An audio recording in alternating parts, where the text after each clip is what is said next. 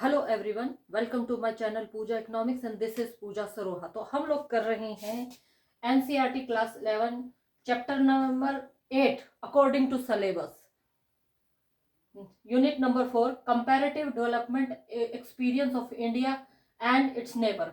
Last time हमने China पर इसको खत्म किया था, तो आज हम कर रहे हैं पाक। कहने का मतलब है पाकिस्तान। तो पाकिस्तान ने क्या किया? पाकिस्तान में हरित क्रांति की शुरुआत हो चुकी थी और वहां पर मिक्स इकोनॉमी को अपनाया गया।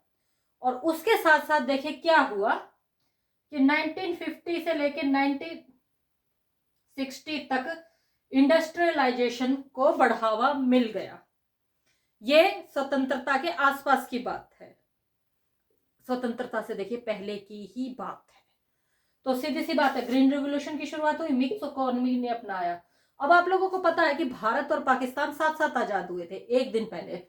14 अगस्त को तो पाकिस्तान आजाद हुआ था और 15 अगस्त को हमारा भारत देश आजाद हुआ था। तो उस दौरान क्या हुआ, दोनों में ही मिक्स इकोनॉमी को हम अपनाते हैं, पाकिस्तान और भारत दोनों में। तो आफ्टर इंडिपेंडेंस देखिए क्या हुआ, जो पब्लिक और प्राइवेट सेक्टर दोनों थे, ये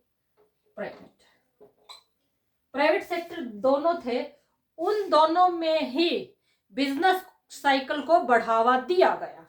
तो देखिए अब जो कोयला, स्टील, रोड यानी कि सड़कें बनाना, पावर और माइनिंग, इन जैसी जो चीजें थी उन पर जो है पब्लिक सेक्टर का अधिकार हो गया। लेकिन उन पर देखिए प्राइवेट सेक्टर का अधिकार हो गया, लेकिन पब्लिक सेक्टर को और गवर्नमेंट को इनके ऊपर नियम बनाने की जो है वो दी गई, पावर दी गई।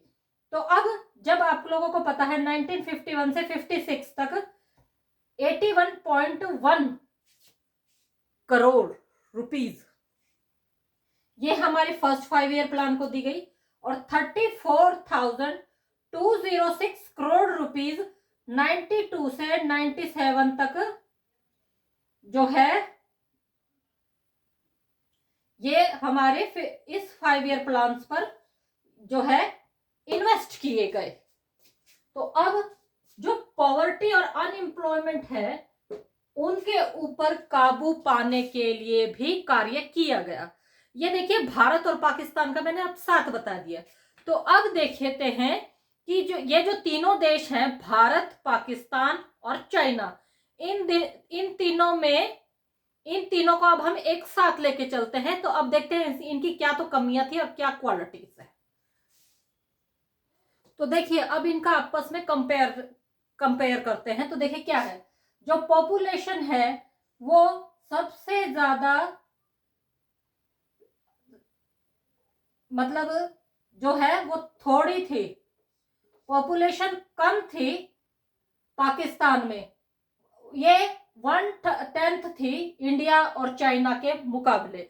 जबकि ज्योग्राफिकली जो चाइना है वो लार्ज एरिया था पाकिस्तान के मुकाबले में और भारत के मुकाबले में, लेकिन पॉपुलेशन ग्रोथ रेट हाई थी किसमें, पाकिस्तान में, और जबकि चाइना में लो थी, क्योंकि 1970 के आसपास वन चाइल्ड पॉलिसी चाइना ने अपना ली थी।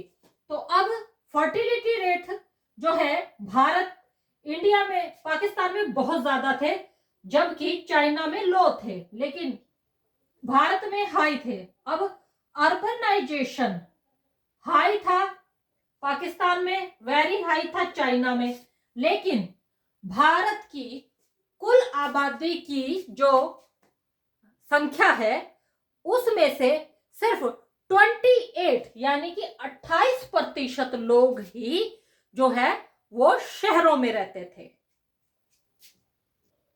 हाँ, तो अब हम जीडीपी का कैलकुलेशन करते हैं।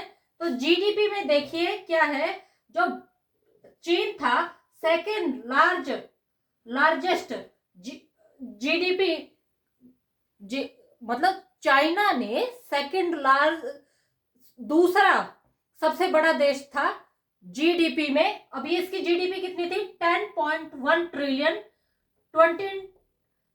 13 यानी कि 2013 में। तो देखिए 2013 के अकॉर्डिंग के आंकड़े हैं। तो इंडिया में ये था 1.86 ट्रिलियन और पाकिस्तान में 0.47 ट्रिलियन जो थी जीडीपी ग्रोथ रेट थी। तो अब एग्रीकल्चर सेक्टर में हमारे चाइना ने 37% जीडीपी प्राप्त की, जबकि भारत का 56% और पाकिस्तान का 45% था।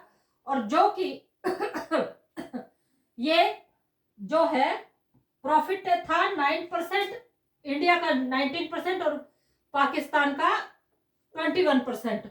मैन्युफैक्चर में जो है जीडीपी इंक्लूड हुई थी चाइना की 47% और Pakistan and India 50-50% respectively.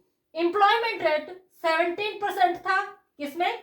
China का, भारत का 12% और चाइना पाकिस्तान का 27% जो था इसमें एम्प्लॉयमेंट रेट में था।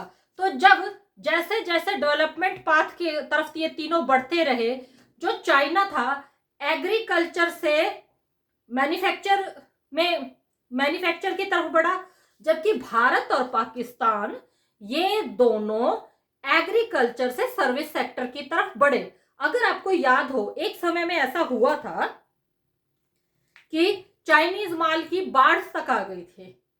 मतलब ऐसी बात नहीं कि हमने भी एक टाइम में चाइनीज माल यूज किया हुआ है, ठीक है, लेकिन उस चाइनीज माल की एक खराबी ये भी होती थी कि गारंटी नहीं होती थी, लेकिन हाँ कुछ प्रोडक्ट बहुत अच्छे होते थे। तो ये हमारा पार्ट 2 यहीं पर खत्म होता है। अगर आपको मेरा काम पसंद आता है तो प्लीज मेरे चैनल को लाइक कीजिए, शेयर कीजिए, सब्सक्राइब कीजिए और फीडबैक आप जरूर दीजिए। तो कोई भी क्वेश्चन हो आप मेरे को कमेंट बॉक्स में पूछ सकते हैं, पर ध्यान रहे सिर्फ इकोनॉमिक्स से रिलेटेड क्वेश्चन का ही जवाब दिया जाएगा, बाकी किसी सवाल का कोई जवाब नहीं दिया जाएगा। फिर मिलती हूं आपसे, तब तक के लिए स्वस्थ रहिए, खुश रहिए, धन्यवाद।